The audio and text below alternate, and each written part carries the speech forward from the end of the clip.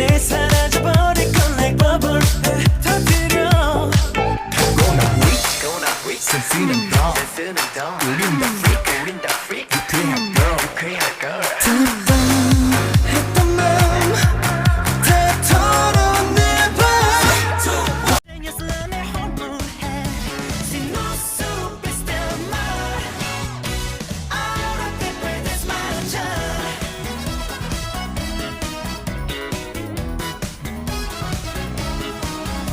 Si tú supieras lo que yo sufrí por ti teniendo que evitarte sin saber por qué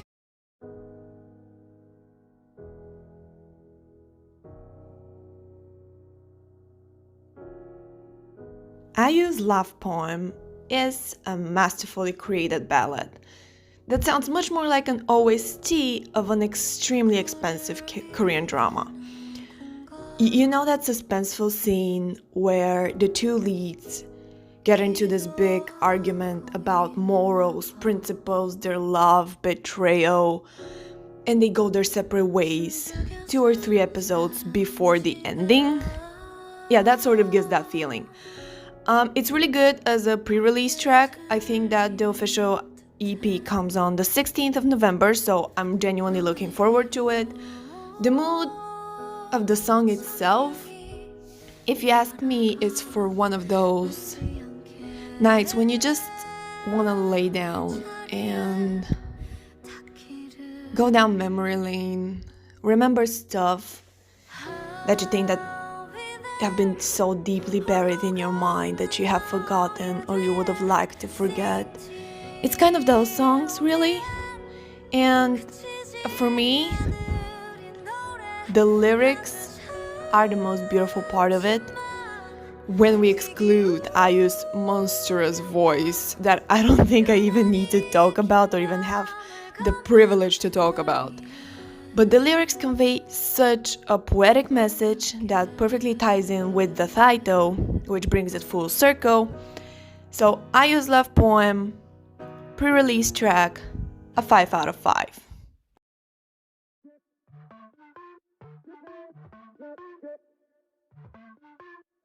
Jessie said, "Y'all can kiss her dairy," and I felt that on a personal level.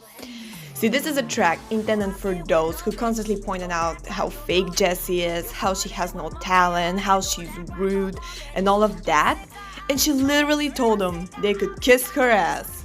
And I'm glad, I'm really glad artists finally start speaking out about things that they like, things that they don't like, and finally putting whoever needs to be put in their place. And I don't see anyone better to tell them kids to sit down than Jessie. I think that Jay Park is a pleasurable addition to the song. He gives it a more hip-hoppy vibe, that little AOMG sound that flicks the palette on Jessie from Who That Be, where it felt more like an idol release because she had promotions for it and so on. Where here it feels more like a clear hip-hop diss track. And I don't even feel like I need to talk more about it. A solid 5 out of 5. It's a good song. You can go down on it, you can go wild alone in your room, out in a disco, out with your friend. It's that type of song. It's the type of a song that you play your friends when they ask you, what kind of music do you listen? But you don't want to play the K-pop shit, you don't want to play Red Velvet's Rookie. Although for me that's a personal favorite bop, but I would never play it for my friends because they'll go ugh, you play songs like this song. So again, Jessie's Drip, FTJ Park, is a 5 out of 5.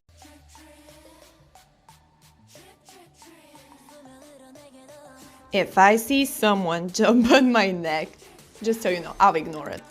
I'm telling you from this point forward, I'll ignore it. Hinapia debuted too early. The new company doesn't know what to do with them, and it shows. They want to capitalize as much on their pristine cloud as possible. I mean, whatever is left from it.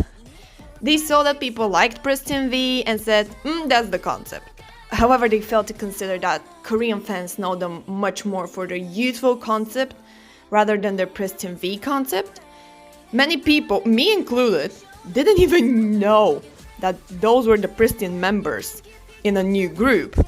I knew that a new group was happening, but I didn't know that this was it until I saw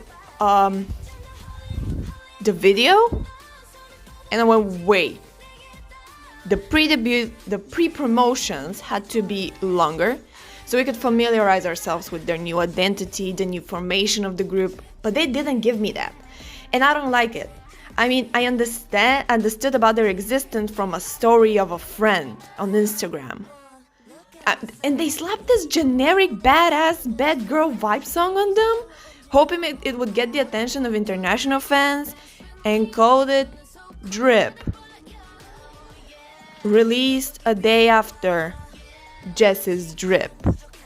And that's bound to create confusion. The girls are talented, no doubt of that. I mean, I won't even try to doubt it because I know that they're really, really fucking talented. My Preston bias is even in that group, and I didn't know. I didn't know Renee's debuting again. I didn't even knew they changed her stage name, and that is a problem. And because of the company recklessness and failed of promotions and the generic ass song, which drives me the most, like it angers me the most, it's a 3 out of 5, and I can't give it more.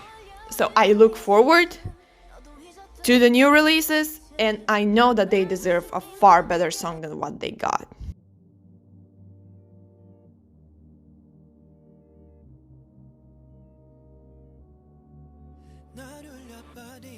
Here I go again. But I didn't know this was happening. And I believe that this is favoritism on JYP's PR team. I don't want to compare. Trust me, I really don't want to compare because I know that this will pull someone's strings. However, I am a once and a Mitzi. So to some degree, it has some bias in it. However, the PR team of Twice and ITZY never fails to tell me when they move a strand of their hair. You know, I knew where they put their hair. But they failed to inform me that GOT7 was coming back. I mean, do you know for how long I've waited for a song like this from them? Would JYP take a responsibility for me missing such a massive bop? Because You Calling My Name is exactly that. A fat bop from the first to the last note. I was so stunned when I finished the song that I was speechless. I was like, whoa. And you see, this is GOT7's concept JYP. Don't touch it. It's perfect. It works. This is the GOT7 sound. Just like with Fancy, we found Twice's sound. Don't touch it. Massive bop. Massive ass bop. This won't move from my playlist for a while. Solid 6 out of 5.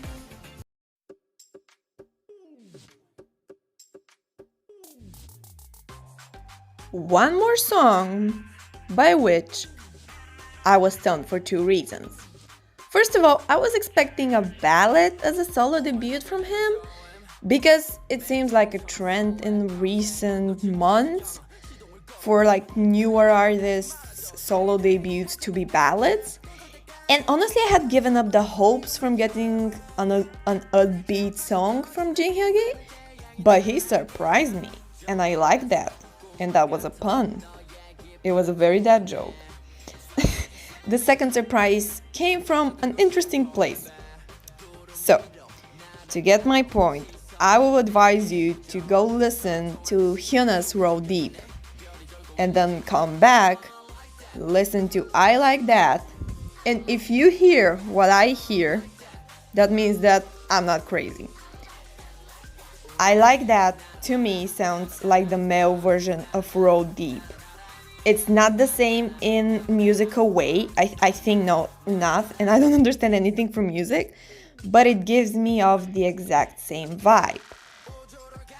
However, I can say that I would have loved this song 10 times more in 2015 if I have to be devastatingly honest. However, again, it's a stable solo debut.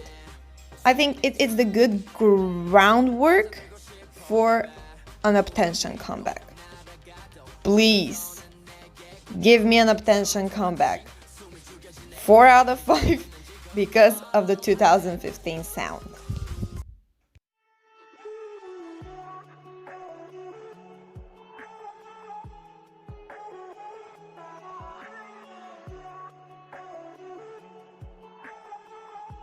Don't tell me I'm the only one who hears what I hear when I put on this song.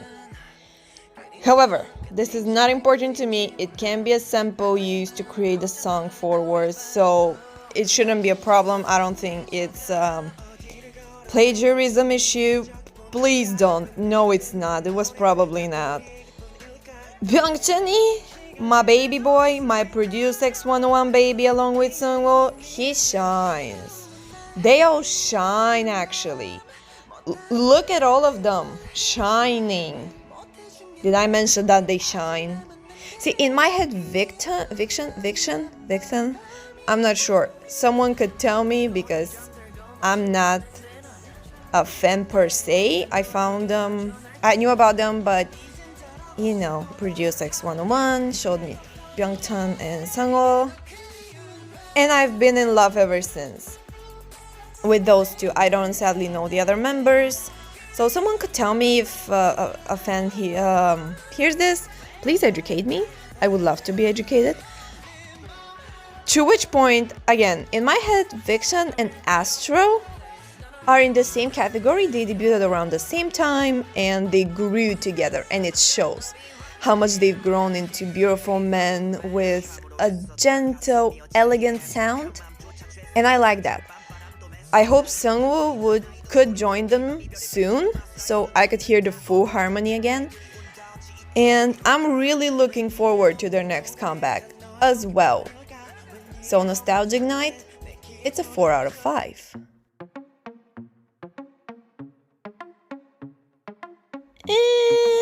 A quite generic song in my opinion. I don't have much to say. It has a little Latin vibe here, a little harmony there. I don't like the chorus. It's weird with those stops and the la la la harmonizing part. Not my cup of tea. There are little parts here and there I like, but not that much really. And I don't want to be that negative person, but I still have this as an opinion, and I'm sorry, I'm allowed to not like stuff. A 2 out of 5. I really hope for something better the next time. Sorry. On to the main event, the king and queen who reign supreme. The survivors of the train wreck that Q brought upon them. The free spirits. And before I even get into the songs themselves, I want to point out something about the already apparent vibe of P Nation.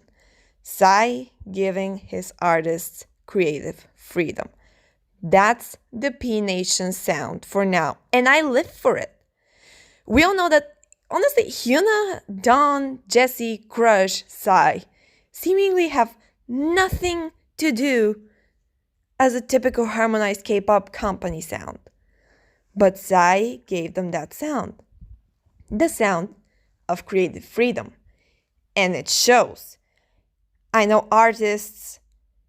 artists are under P Nation. Yes, because of publicity, but also because their songs are personal. They are tailored to their personalities. And with that said, I want to start off with Dawn's Money. The sound of this song isn't particularly my cup of tea. But, and that's a very, very big but, the lyrics sold me. An idol singing about capitalism as a metaphor for addiction and love. Sign me the hell up. And you can clearly see that it ties with Dawn's whole character. Because quite honestly, I expected a love ballad. And I got it.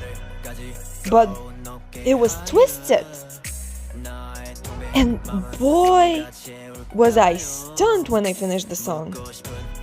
4.5 out of 5, only because I needed 2 more listens to get used to the melody.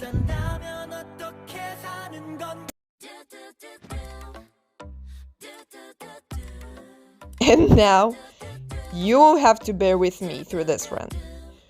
She rose from the darkest places.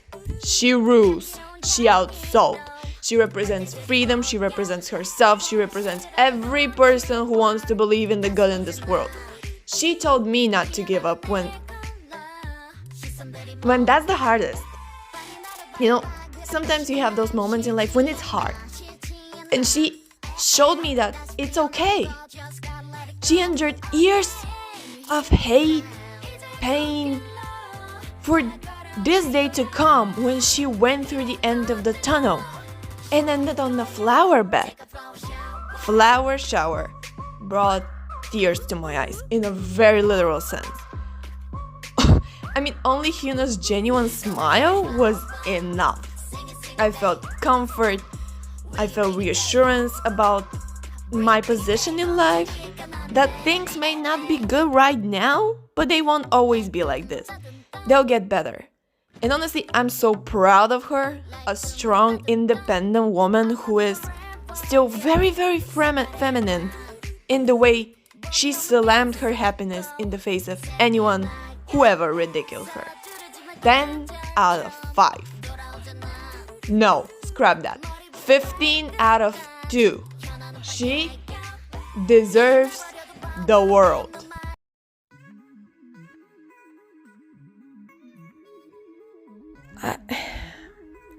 Why? Please explain to me why K-pop girl groups suddenly all became girl crushes. And suddenly all the companies try to feed into the girl group stan Twitter agenda. This song to me sounds exactly like a product of stan Twitter. I feel like companies don't know what to do with their girl groups because they're not sure if they want to appeal to the Korean or the international audience and just constantly switch them around. And I hate this because Dumb is not a good song. However, I can tell you why it exists. Because of Dramatic. Because you see, internationals love Dramatic, the companies saw more buzz around it, and scrapped entirely the youthful vibe of Bandit that they created with Hocus Pocus. They went from an amazing smashing debut like that, an amazing unique song tailored exactly to their voices, to Dumb, a generic girl crush song. No. Just because Hocus Pocus didn't get the recognition it deserved and Dramatic did have some buzz around it, they had to throw them on the other end of the spectrum, and their voices don't even go well with that melody. And the melody should have been in a more major key. And I don't understand anything from music, but I understand major and minor, and it should have been in a major. Those are my observations. 3 out of 5. If I continue speaking on this song, I'll get angry because Bandit deserves better. Just like Hinapia deserves better.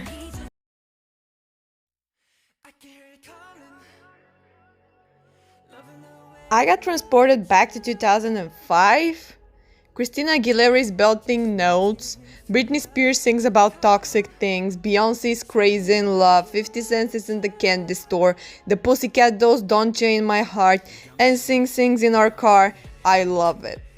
See, this song is exactly 2004 to 2006, and I'm here for it. I miss this really sensual sound so much, and I didn't even realize it. I mean, harmonizing boy groups, sign me up. Days, just sign me up. I can't say much more than that. The chorus really just brings so many good memories, and Wavy sells it well. And wait, this song has an English version, okay? And you know how English versions always sound fake, like you know that they're fake. Well, this one doesn't. This one fits right into it. It feels good. Whatever. point blank is concrete 5 out of 5 Bob.